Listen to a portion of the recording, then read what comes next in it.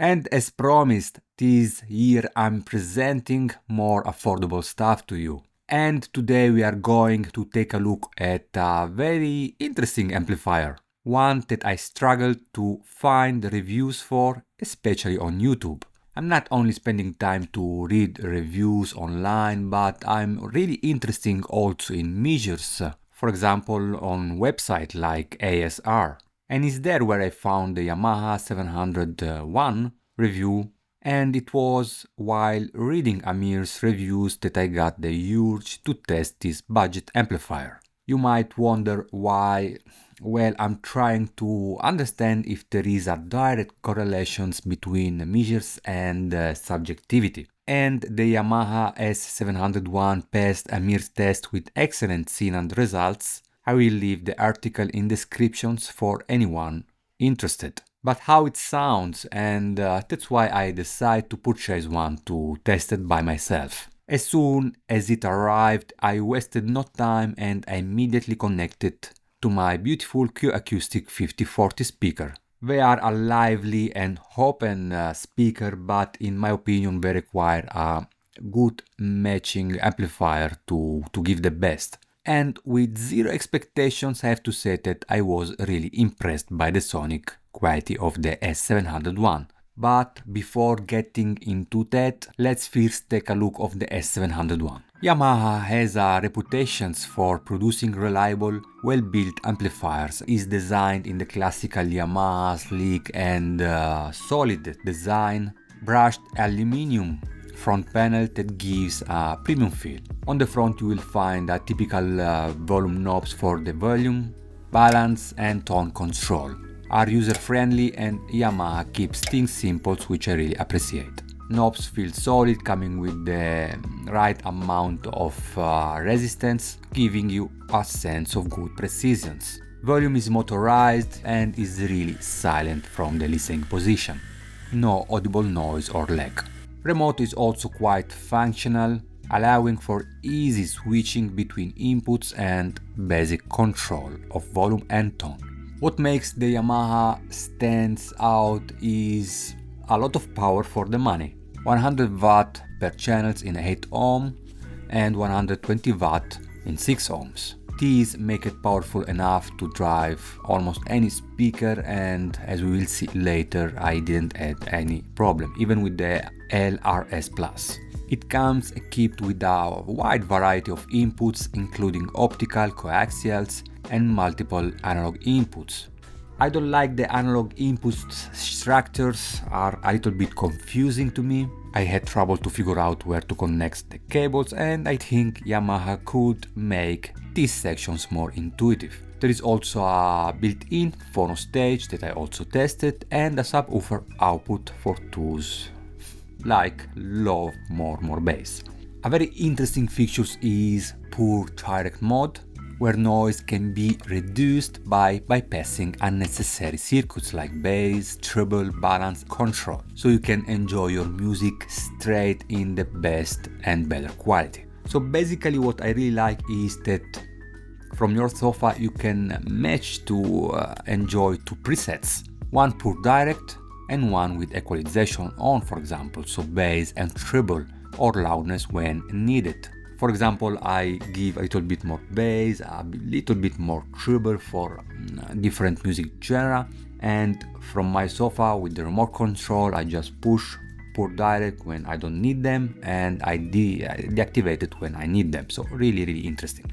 I forgot to say also, be careful when you connect your speaker output to the Yamaha terminal. You have to set the impedance correctly based on your speaker on the back of the amplifier. And Yamaha suggests to don't do this when the amplifier is on. So in terms of designs, is a beautiful balance between simplicity and versatility. It may not have features like Bluetooth or built-in streaming, but it's clear that Yamaha is prioritizing sound quality and solid build over features. For my setup, I used my trusty Eversolo A6 paired with an external SPL Diamond deck. As for speaker, I started off with excellent Q-Acoustic 5040 since they were already in positions from a previous review. I also tested the new Fosi Audio ZD3. However, I found these combinations to be particularly fatiguing. And I actually prefer the internal deck of the 701 of Yamaha for its musicality and natural tonality. It may not be the most detailed deck, but it's good enough to enjoy and have fun with. So it looks like the Yamaha performs best when it's paired with a good matched source. And as always, I began my listening sections by creating a new playlist with tracks recommended by Kobas, often featuring fresh releases or highlighted tracks. By the way, did you note that ASR Collective love them just they went out with a new album, new record, dance. I absolutely love it. I was impressed by the A-701 ability to deliver a clean, detailed and open sound.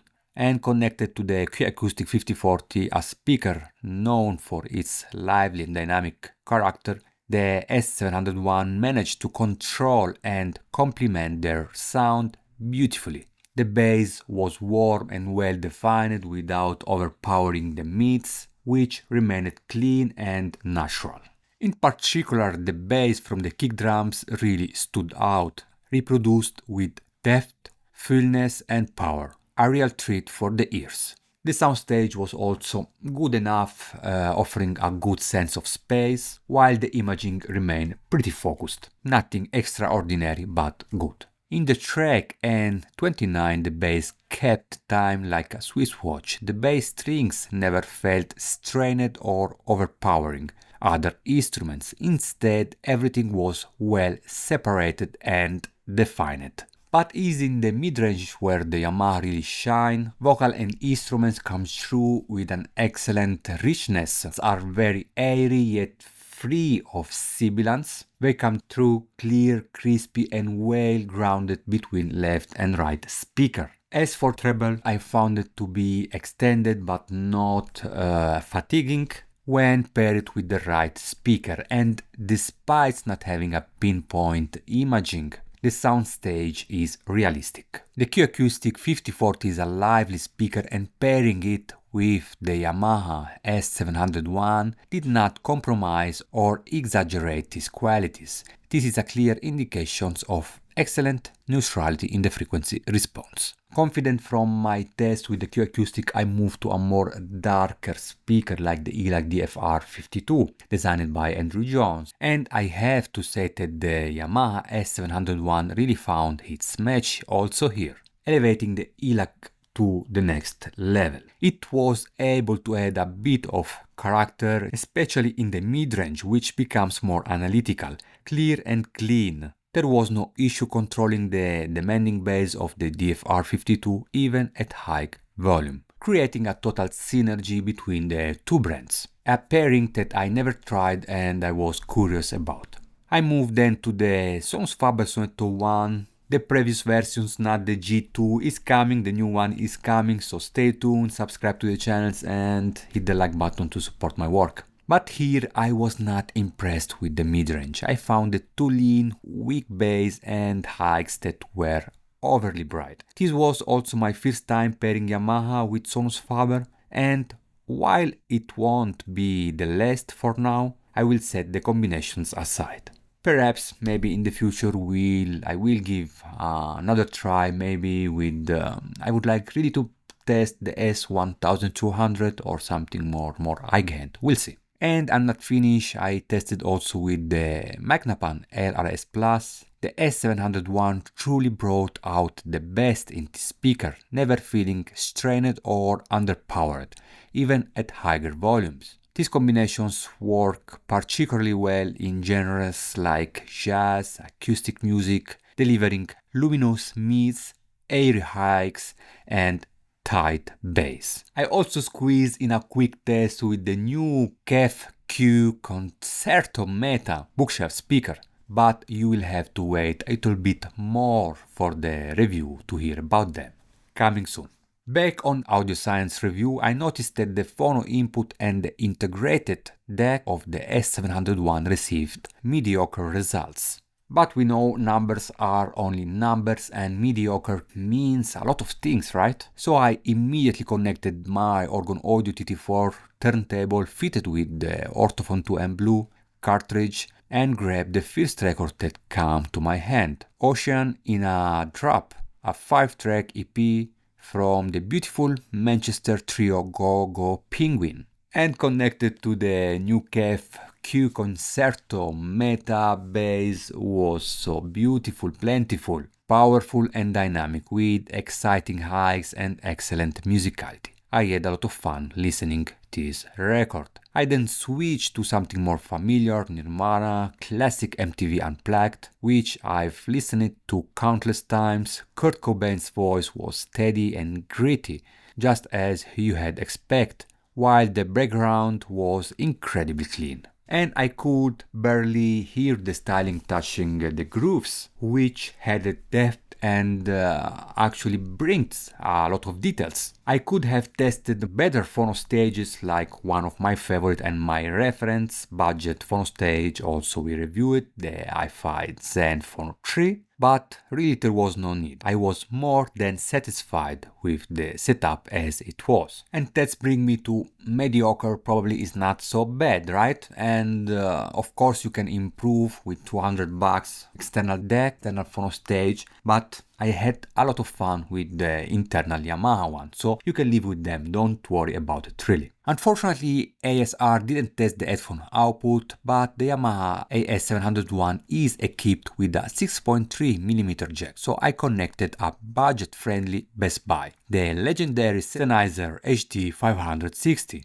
And I was really impressed, excellent bass, clarity, beautiful top end, and I really enjoyed it. So I brought out my trusty Refinement Sundara open bags, another excellent pair of headphones for the price. Wow, the soundstage was superb and the experience was full of life and power. Sound was truly captivating. In my opinion, even if I had plugged the Aria Stealth, probably I could have fun, but time was a little bit short, so I moved on. But I enjoy also the headphones output of the Yamaha. Yamaha, well done. As for comparisons, I compared the Yamaha to my trusty friend Rotel A11 Tribute to Ken Ishiwata. Actually, you can see them there, closer to the KEF Concerto Meta. An amplifier that I love is still there for his musicality rather than his technicality.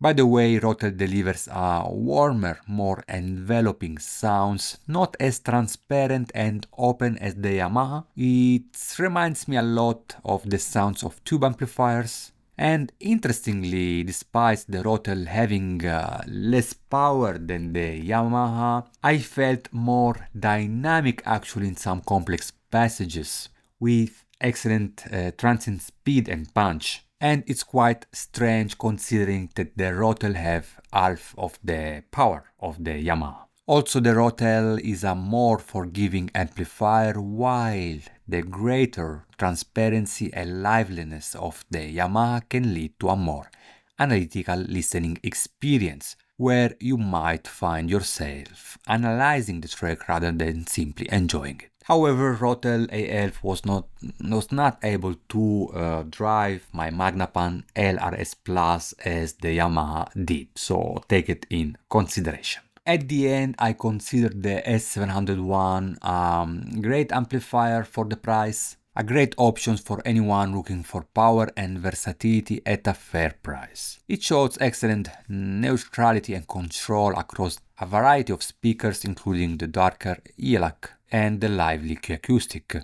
All these bring me to the conclusions that the Yamaha A-S701 combine flexibility, power and a touch of refinement, making it an excellent option for both stereo setup and headphones enthusiasts. From an audio is everything. I hope you guys enjoyed this review. If you have it, as always, please let me know in the comment sections below, and see you soon with other reviews. Peace.